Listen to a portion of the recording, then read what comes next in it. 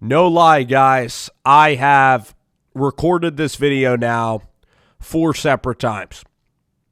It has nothing to do with the technology. It has a lot to do with the content. It actually has a lot to do with my opinion. Because this has become one of the hardest decisions that I've had to make, just in a hypothetical sense, if I were Mike Mayock. And the good news for Mayock is that he has very honest people around him. And John Gruden is pretty much making this decision.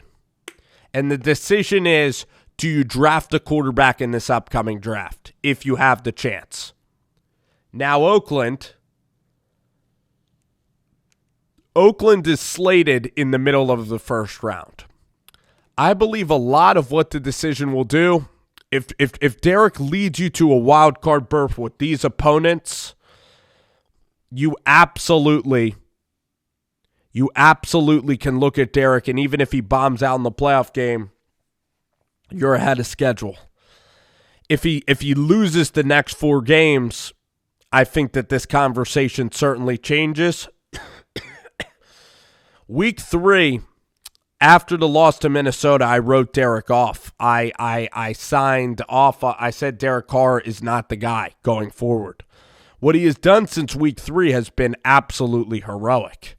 Went into Indianapolis and won a game I thought the Raiders had no chance of winning. Played really solid in London, right? Came back against the Green Bay Packers, made a couple of really bad mistakes like the touchback, but overall 285, 3 TDs. He lit up Green Bay. Against Houston, 3 TDs, 0 interceptions, 285. Incredible performance. Went home against the Detroit Lions, had probably his best game, hit Hunter Renfrow, outdueled Matt Stafford, outdueled peers of Derek Carr, guys that are making similar amounts of money. Derek Carr is worth the $20 million. He is a quarterback that can lead a team for multiple years. Is he going to be a guy that's ever going to get you to the promised land? Is he ever going to win games that he shouldn't win? Is he on the level of Russell Wilson, Deshaun Watson, Patrick Mahomes? Is he on the level of like an Aaron Rodgers, a Tom Brady, Drew Brees, Ben Roethlisberger, even Eli at his prime? I think that he's more towards the Kirk Cousins, more towards Trubisky, and his upside is not exactly spectacular.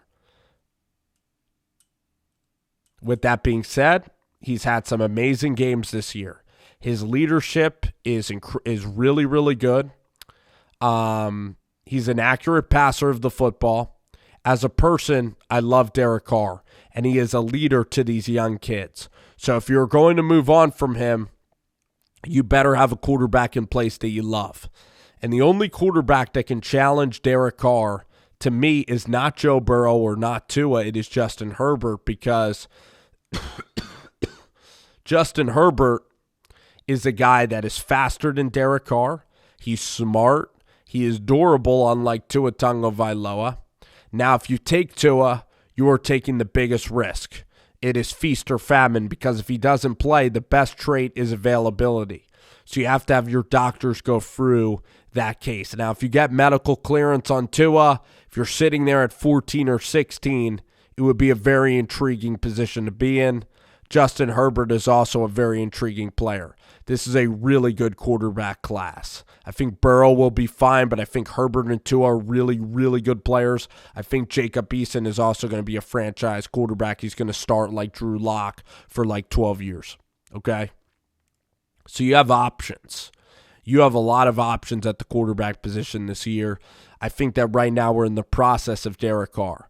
I wrote him off, but in fairness to Derek Carr, he's posting a 70% completion percentage, I believe, on the entire year. I believe that he has double the touchdowns to interceptions. In fact, for 2019, in terms of his completion percentage, it's 70%. His yards per attempt are 7.6. In cold weather, he is not good. Against winning teams, he doesn't show up to some games. Like Kansas City, like Minnesota. the elite defenses, the elite teams on the schedule. The losses have been ugly in multiple ways. He has Tennessee. He has Jacksonville. And he has the LA Chargers coming up on the schedule. So he actually has 2 games that are very, very winnable looking at the schedule. And then let's see the last game of the schedule. So the Oakland Raiders, the last game of the schedule, I bet it's going to be a hard game. I just bet it's going to be difficult. The Raiders play at Denver. So the Titans game, at the Chargers, the Jaguars, I believe that he has to somehow win 3 of these next games to prove that he's completely safe. If Carr wins 2 of these next games, he's clearly on the bubble. If he wins 1 of them and he only beats Jacksonville, he goes to the Chargers and loses, he goes to Denver, 2 teams that are not going to be in the playoff picture anymore, he is completely, not completely, he is really, really in a difficult spot. The Raiders during the last couple of games have lost by a combined total in points 74-12. In the past 2 games, they've lost 74-12 in games that they've needed to win. His success has been good. He had a stretch going from week 4 to up until the Bengals game. He had about an 8-game stretch where he performed really well. So Derek Carr has definitely saved his spot. He's learned this offense under Gruden. So you can argue that getting a new quarterback in here, it would shift the balance. So for John Gruden, I think Gruden really likes Derek Carr. Derek Carr has to prove that he can step up in these big moments. He has a very favorable schedule. If he's worth a damn, he's going to fight in that Tennessee game and actually put up like 28 points for the offense. Just has to roll with the offense. He's the leader of this team. The young guys respect him.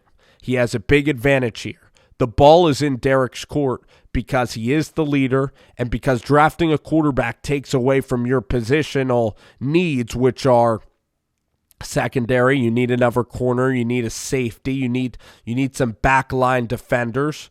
You also need linebackers, and the offensive line can always get better.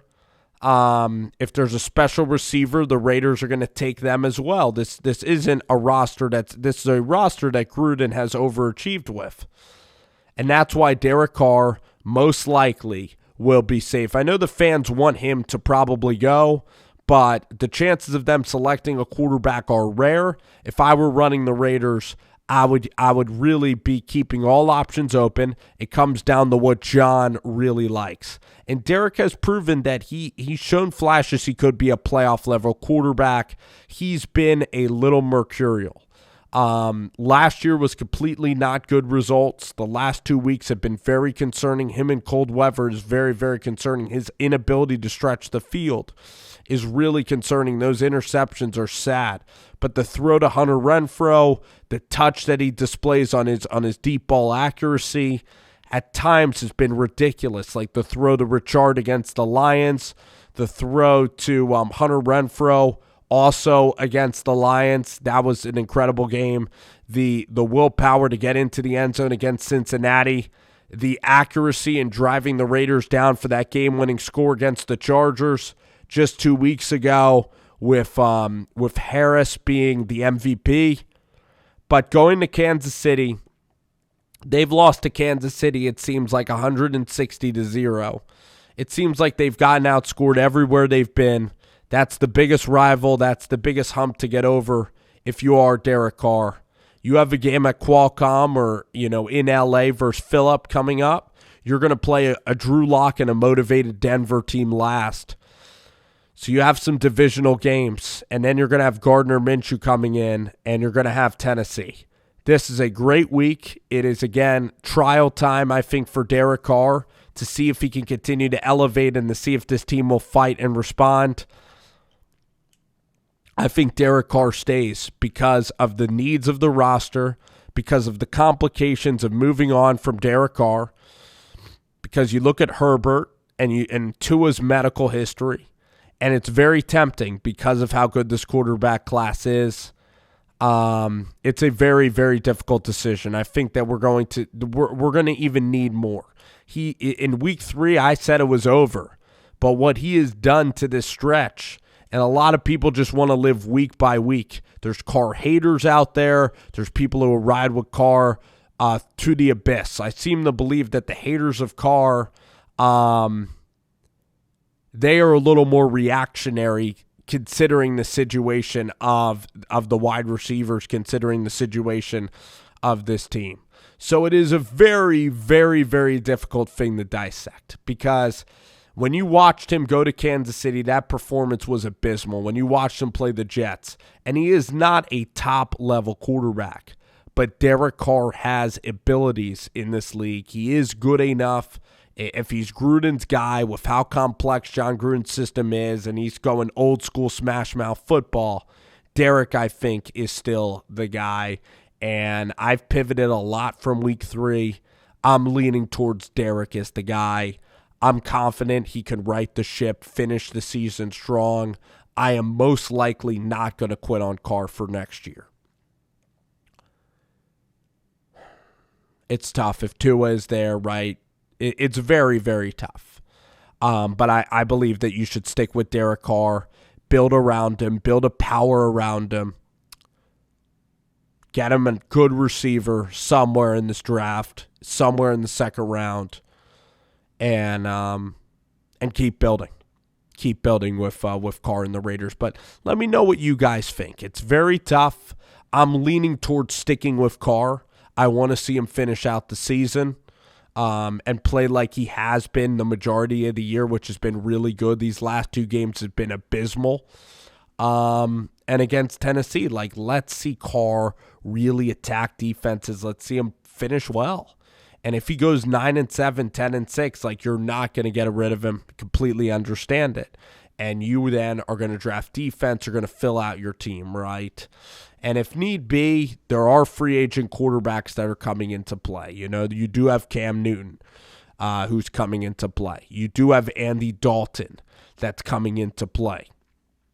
You're going to be able to, if you build a good defense, if you build a young core of players, I believe taking a quarterback can complicate things. If you take Tua, he gets injured, right? If you take Justin Herbert, he might not have the weapons. Then Derek is still under contract for 3 years. The much safer route, the smart route, is probably to stick with Derek Carr.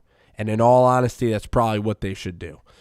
Because that's not really a bad move. Because I think he's proven that he can actually be decent. You draft defense. If you draft a quarterback, it doesn't work. It could be a real bad mistake in a lot of ways. You take Tua, Derek Carr gets pissed, he walks.